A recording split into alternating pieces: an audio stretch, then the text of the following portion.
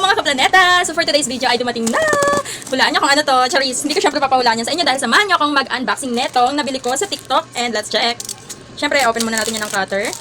Yan. By the way guys, dandan sa paghawak ng cutter dahil syempre matulis yan. Matalim, mahirap na, baka masugatan tayo. Pero kung sanay ka na masaktan, eh di go, Charis. Ang daming ano, uy, ano to? Ang ganda niya guys. Packaging pa lang, medyo mayroon lang talagang, anong tawag dito, yupi-yupi. Siguro dahil sa pag-deliver. Pero that's fine as long as okay naman yung item. And let's check kung gumagana nga. Ayan, so bali, ito nga po pala ay LED digital display mini fan. Ayan, syempre hindi siya malaki kaya mini. Charis, ang dami kong alam. Ano ba yan, Venus? Kaloka ka. Ayan, ito nga pong mini fan ay perfect para sa mga parents na naghahatid sundo ng kanilang mga anak sa school at naghihintay sa waiting shed katulad ko. Kasi alam naman natin na kahit merong bubong yung waiting shed or may silong, ito hindi mo maiiwasan, mahahagad ka talaga dun sa pawis. Dahil kahit medyo mahangin, may init, may kasamang init yung hangin, kaya ang perfect neto guys. Ganun din sa mga nagta-travel, like yung mga nagji-jeep, yan, kasi siksikan sa jeep, maganda to, nagamitin, itong mini fan na ito. At syempre maganda din to sa mga estudyante na syempre ayaw mahagad, lalo na yung mga high school dyan. Syempre fresh dapat para pagdadaan si Crush Charis, ang daming alam. Ayan, ang dami ko na naman talaga namang nasasabi. Pero syempre, hindi mawawala dyan ang pag-review neto. Uy, perfect. Tama siya sa kulay na pinili ko. It's a navy blue and let's check. Ang ganda, B. Aesthetic. Yun ba yun? Aesthetic. Basta, ang ganda niya, guys. Ay, nalaglag. Wait lang.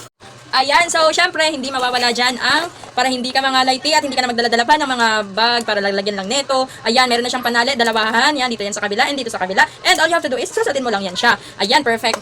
At ang next natin kukunin ay, dahil rechargeable fan ito, dapat syempre may charger.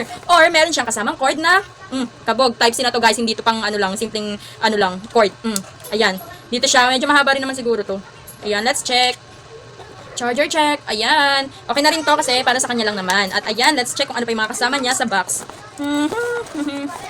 Perfect! Kabog, hindi ko na-expect to guys kasi akala ko ito lang yung mga sinusuot-suot eneme. Kasi nakikita ko din to sa mga kananay ko dun sa school. Pero meron pala siyang lagayan para kapag may ginagawa yung kids nyo sa school. Ayan, perfect. Tumatayo siya guys. Ayan. O, di ba may napatayo na ako? Charis lang. Ayan, let's check then kung effective nga ba talaga to. Ayan, pawis na ako, di ba? Tingnan natin kung effective yung hangin niya or kung malakas nga ba talaga.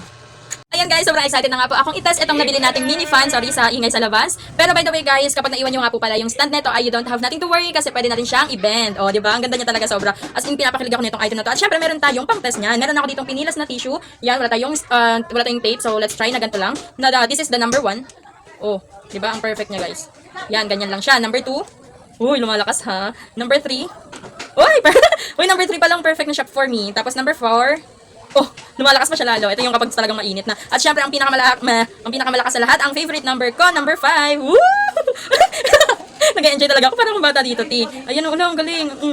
Let's try. Ayan, kapag pinatay mo siya. So, bali hanggang number 5 lang po siya. Pero try din natin sa mukha natin. Ayan, pag gusto mo lang, mini eneme lang. Ayan, number 1. Medyo hindi ganun kalakas. Number 2.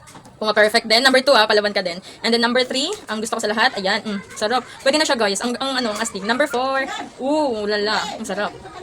Ang sarap niya guys. Parang ayoko na mag-vlog. Number 5, ayun, ang ganda din sa hair. Number 5, di ba? Hindi pa masyadong na yung hair ko kasi kakaayos lang. Di ba? Number 5 yan guys. Hindi ka na mahagad dito. At saka maganda dito ay 4 to 5 hours daw siyang tumatagal kapag tuloy-tuloy mong ginagamit. Pero base din sa kananay ko dun sa school, tinanong ko yung anak niya kung gaano katagal bago i-charge. Sa kanya 1 week, siguro depende. Bihira lang siguro gamitin ng anak niya sa room. Kasi may electric fan naman. At naabot naman siguro yung anak niya ng electric fan. Pero grabe guys, sobrang ganda. Kaya kung ako sa inyo, i-check out niyo na to.